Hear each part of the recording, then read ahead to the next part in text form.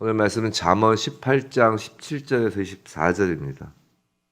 잠언 18장 17절에서 24절 말씀입니다.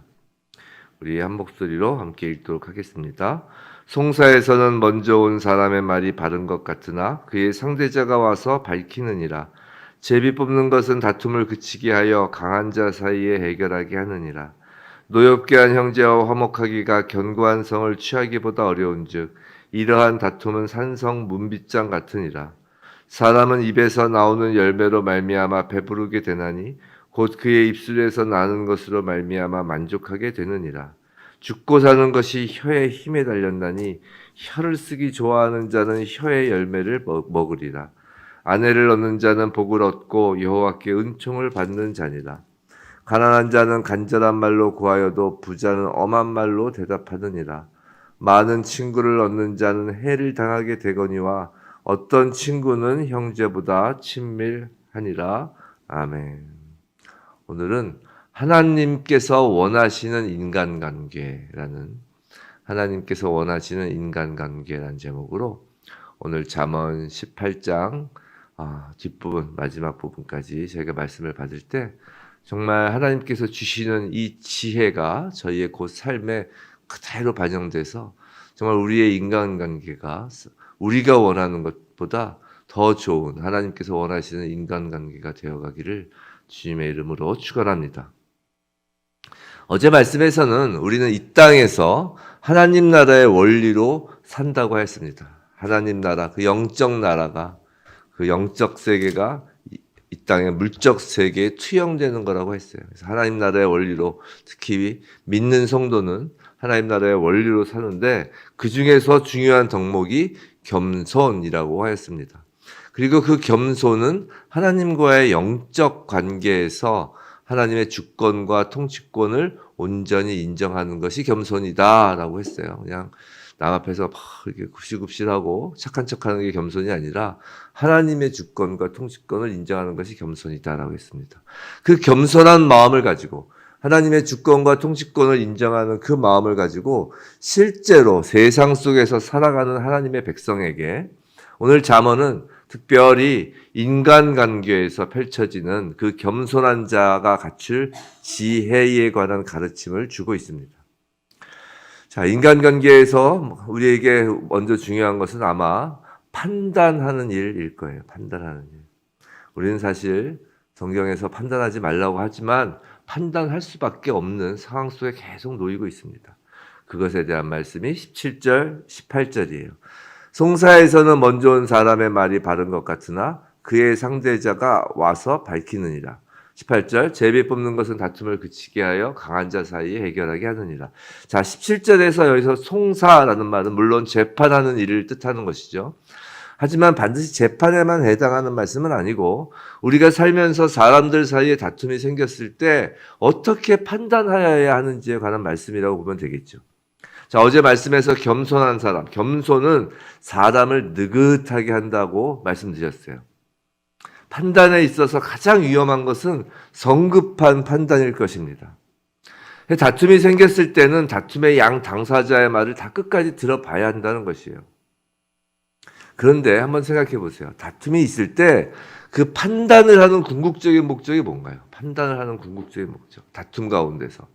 그 판단 자체, 즉 누가 옳고 누군가가 그르다라는 것을 결정하는 것 그 자체가 궁극적인 목적은 아니라고요. 우리가 재판을 해보면 세상 법정에서 재판을 해보면 뭐 어쩔 수 없이 누가 옳고 누가 그름을 판단할 수밖에 없지만 재판의 궁극적인 기능 중에 하나가 분쟁의 해결이에요. 분쟁의.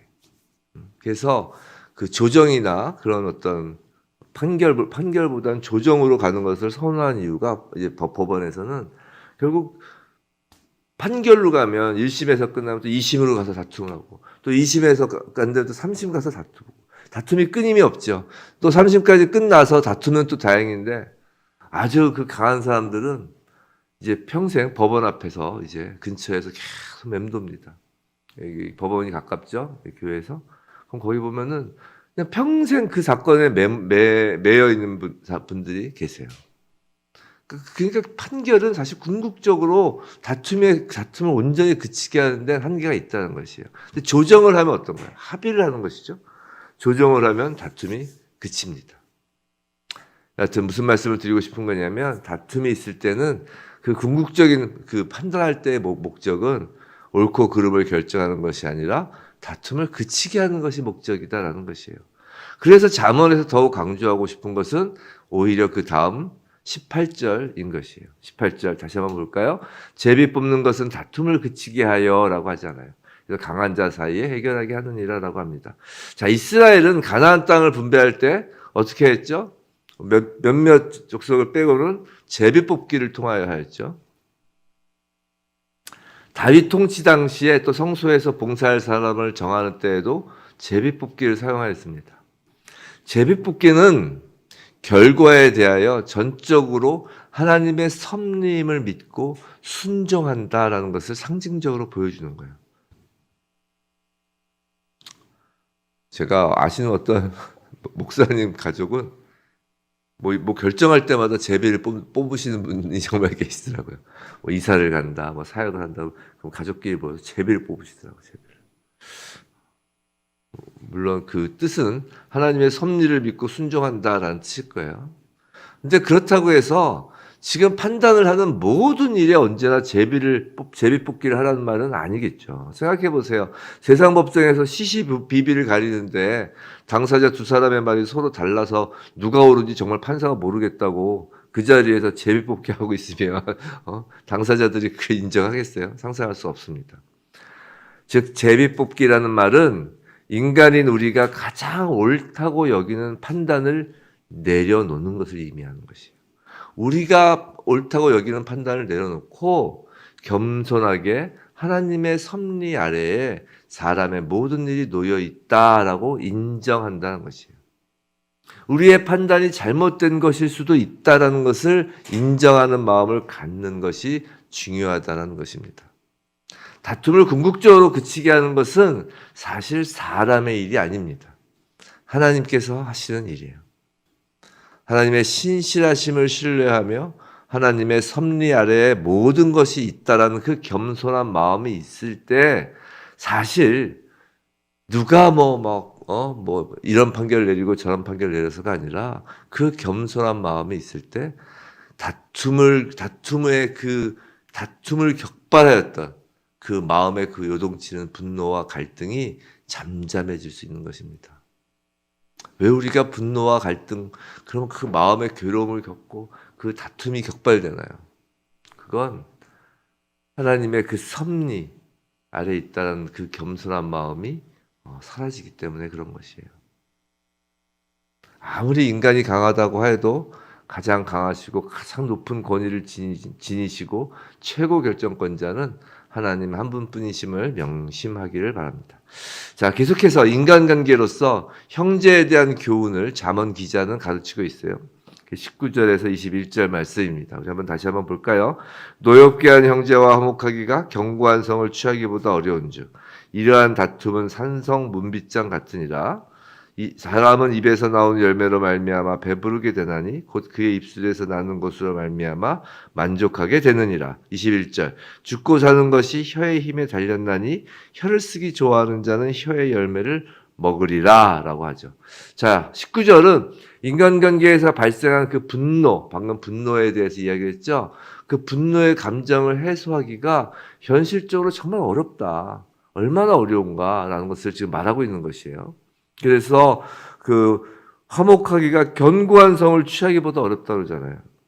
그리고 이러한 다툼, 그 18절에서 지금 다툼이라고 나오는데, 그러니까 노엽게 하여 생기게 된 그 다툼은 산성 문빗장 같다고 그러잖아요. 산성 문빗장이라는 것은 이 분노한 자의 마음이 얼마나 딱딱해져 있고 폐쇄되어 있는지를 지금 보여주는 단어죠. 그렇기 때문에 지금 19절 그렇기 때문에 포기해라, 화목을 포기해라 라는 말이 아니라 그렇기 때문에 형제를 노엽게 만든 후에 화목하려고 시도하는 것에 집중하기보다는 처음부터 노엽게 만들지 말아야 한다라는 것을 가르치는 말씀이에요. 근데 처음부터 형제를 노엽게 하지 않기 위해서 무엇보다 평소에 언어 생활이 중요하다라는 것이 20절, 21절 말씀이죠. 우리 잠언에서는 그 입술, 우리의 말의 중요성에 대해서는 정말 반복하고 있죠. 21절은 특히 말에 대하여 매우 강한 경고를 하고 있어요. 죽고 사는 문제라고 하는 것이에요. 죽고 사는 문제. 우리는 기본적으로 성경에서 죽고 사는 문제라고 이야기를 했을 때는 본능적으로 우리 그리스도인은 심판을 떠올릴 수밖에 없는 것이에요. 심판을. 마태복음 12장 36절 37절에서 예수님은 이런 말씀을 하셨어요. 내가 너희에게 이르노니 사람이 무슨 무익한 말을 하든지 심판날에 이에 대하여 신문을 받으리니 네 말로 의롭다함을 받고 네 말로 정죄함을 받으리라 라고 말씀하셨어요. 네 말로 의롭다함을 받고 네 말로 정죄함을 받을 것이라는 것이에요. 즉 그 말이 심판의 대상이라는 것이에요. 그리고 그것이 심판의 올무가 되는 것이라는 것이에요. 이처럼 말은 이 땅에서의 문제에서만 머무는 것이 아니라 심판날까지 이어질 정도로 엄중하다라는 것이죠. 죽고 사는 문제라는 것입니다. 사랑하는 성도 여러분, 그 입의 혀로서 하나님을 노하게 하지 말아야 합니다. 우리가 하나님과의 관계에서 하나님을 노하게 하고 있는지 아닌지 여부를 알 수 있는 건 이 땅에서 형제를 노하게 하고 있는지 아닌지를 보면 얼추 알 수 있어요. 얼추. 특히 성도의 말은 세상 사람들보다 더욱 엄중합니다. 하나님의 말씀을 입에 담고 기쁜 복음의 소식을 전하여야 할 입술이기 때문에 성도의 입술은 세상 사람들보다 더욱 엄중한 입술이에요. 부디 하나님 앞에 엎드리는 그 겸손으로 선지자 이사야처럼 숯불로 우리 입술이 정결케 되기를 원합니다. 자, 22절 보죠. 22절. 아내를 얻는 자는 복을 얻고 여호와께 은총을 받는 자니라. 자, 부부관계의 중요성에 대한 말씀이죠. 근데 여기서의 아내는 원문의 뜻에 충실하게 해석하면 아내를 선한 아내를 뜻해요. 즉 선한, 히브리어로 토브라고 그랬죠. 그 토브란 단어가 있어요. 여기에. 그 원어 성경에는. 즉 그냥 아내가 아니라 하나님이 보시기에 좋았다. 우리 창세기 때 하나님이 창조하시고 좋았더라. 그 단어가 토브잖아요. 즉 하나님이 보시기에 좋았다라고 하신 그 선한 아내라는 것이에요. 그래서 아내라고 표현하고 있지만 사실은 부부 양 당사자를 다 포함하는 거겠죠. 즉 부부 양 당사자의 선함을 지금 의미하는 거예요. 인간이 보기에 좋은 게 아니라 내가 반해서 결혼하고 해서 내가 보기에 좋은 배우자를 얻는 것보다 더 중요한 건 하나님이 보시기에 좋았다고 하시는 사람을 배우자 상대로 만나는 것이 여호와께 은총을 받는 자니라 하나님의 은총이라고 할 정도로 인간관계에서 가장 중요하다는 것이에요. 우리 배우자를 놓고 기도하시는 분들 혹시 계신가요? 그러면은 배우자 리스트를 했을 때 제일 1번 리스트에 그렇게 써보세요. 하나님이 보시기에 좋은 사람을 1번으로 하시는 게 좋겠어요. 거기에 키 크고 내가 보기에 좋은 리스트 막 그게 아니라 하나님이 보시기에 좋았더라라는 그 사람과 결혼하게 해달라고 하면 좋겠죠. 명심해야 할 것은 그런데 상대가 하나님 보시기에 좋은 것 그것보다 더 중요한 건 과연 내가 그럼 하나님 보시기에 좋았다라고 하는 선한 배우자로 지금 빚어지고 있는지 여부가 사실 또 중요한 거잖아요.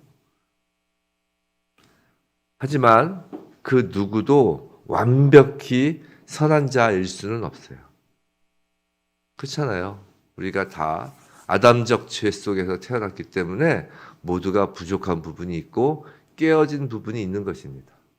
우리가 또 공중권세 잡은 자, 이 사탄의 그 공중권세 잡은 자, 그 땅에서 지금 살고 있기 때문에 살아온 환경 가운데 상처가 있을 수 있고 트라우마가 있을 수 있고 죄에 빠지는 부분이 있을 수 있기 때문에 정말 완벽한 사람이란 있을 수가 없죠. 그 누구도 완벽히 선한 자일 수는 없습니다. 모두가 부족한 부분이 있고 깨진 부분이 있죠. 나 스스로 바라보면 그렇잖아요. 그런데 부부란 바로 그 부족하고 깨진 부분이 서로 맞추어져서 하나가 되는 존재잖아요. 마치 톱니바퀴 이빨이 서로 맞는 것처럼 말이죠. 그곳에 그 톱니바퀴 이빨처럼 서로 맞는 그곳에 그 하나됨에 하나님의 좋으심, 하나님의 은총이 사실 있는 것입니다. 그런 부족한 부분을 서로 맞추기 위해서는 무엇이 필요할까요? 부부가 서로 다르고 서로 안 맞는 부분이 있고 서로 삐쭉삐쭉한데 그 삐쭉삐쭉한 부분이 서로의 그 톱니바퀴처럼 이렇게 맞물리는 그 맞추기 위해서 필요한 것은 바로 그 접착제는 바로 하나님 앞에서의 겸손인 것이죠. 결국 부부관계에서의 그 하나님의 은총도 겸손으로 비롯되는 것이에요. 자, 23절. 가난한 자는 간절한 말로 구하여도 부자는 엄한 말로 대답하느니라. 이 말은 이런 거예요. 빈부격차와 같은 어떤 빈부격차로 인해 발생하는 그런 것으로 인해 사회적 지위, 어떤 그런 것으로 인해 발생하는 사회적 부조리와 모순을 지금 지적하는 말씀입니다. 가난한 자가 놓인 비참한 처지와 부자의 어떤 교만함을 좀 풍자적으로 이야기를 하는 것이에요. 이것이 옳은 일이다라는 것이 아니라 세상은 이런 것이야. 세상은 이렇게 부조리하고 모순된 세상이야. 라는 것을 풍자적으로 지금 이야기를 하는 것이에요.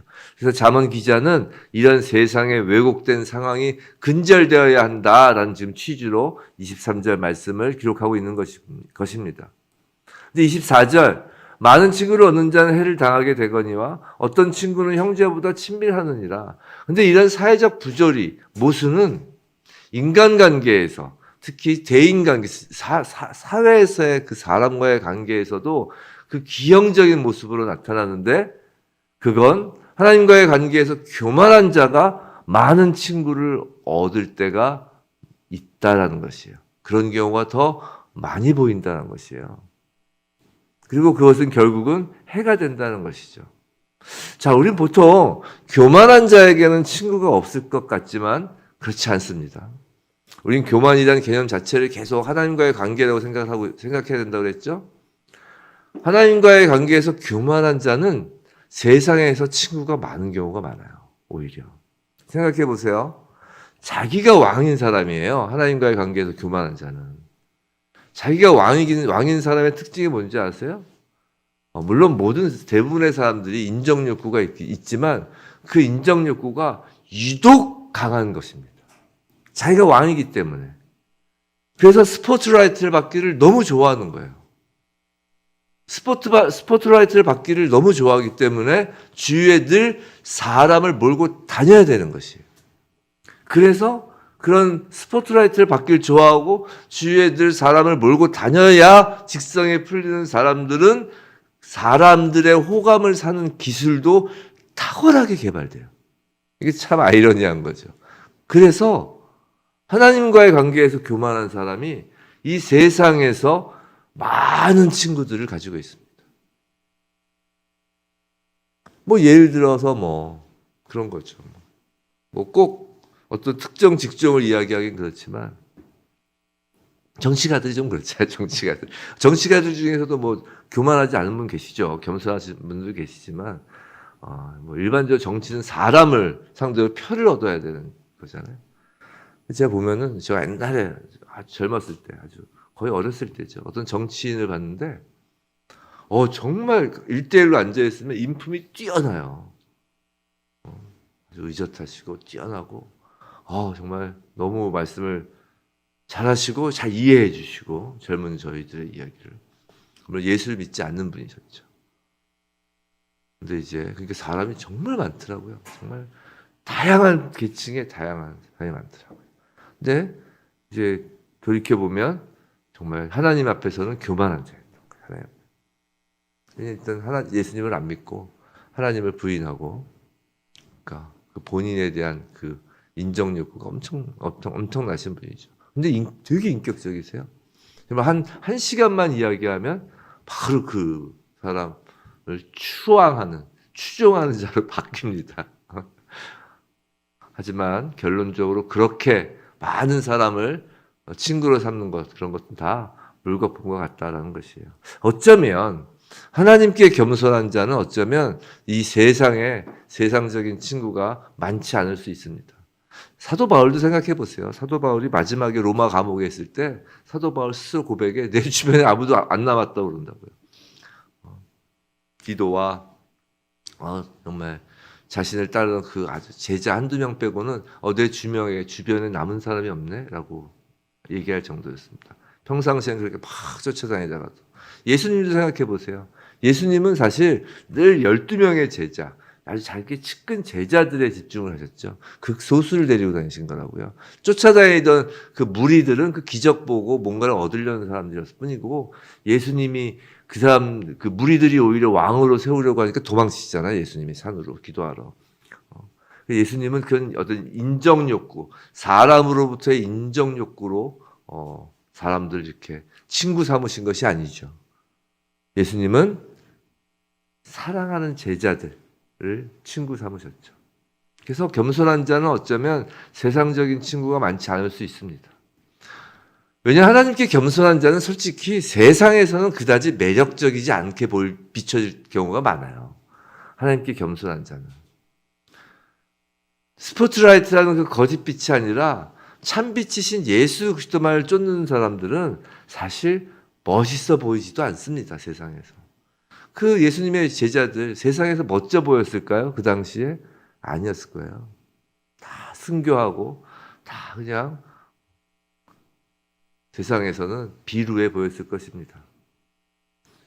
하지만 세상적인 친구는 없을지라도 형제보다 친밀한 어떤 친구가 있을 것이에요. 본문에서 말하는 그 어떤 친구, 24절에서 말하는 그 어떤 친구라고 번역된 그 단어의 문자적 의미는, 그 히브리어 문자적 의미는 사랑하다라는 단어에서 나온 단어예요. 이 어떤 친구라는 단어가.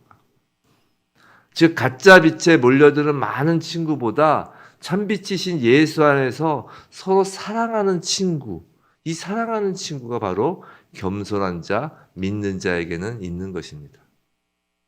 그것이 더욱 좋은 거다라는 것이죠. 오늘 우리는 하나님께로부터 인간관계에서 펼쳐지는 겸손한 자의 지혜에 관한 가르침을 이런저런 모양으로 배웠어요. 그죠? 형제에 대한 것도 배웠고요. 부부관계에 대한 것도 배웠고, 사회의 부조리, 모순에 대한 것도 배웠고, 또 친구에 대한 것도 배웠습니다. 또 판단하는 일에 대해서도 배웠어요. 이 하나님께로부터 오는 이 잠언 말씀의 가르침은 추상적이지 않습니다. 구체적으로 실천되고 적용되어질 수 있고 또 되어져야 하는 것이에요. 부디 날마다 하나님의 말씀 앞에 겸손한 자인 우리 모두 말씀이 곧 삶이 되는 그 은총이 있길 주님의 이름으로 축원합니다.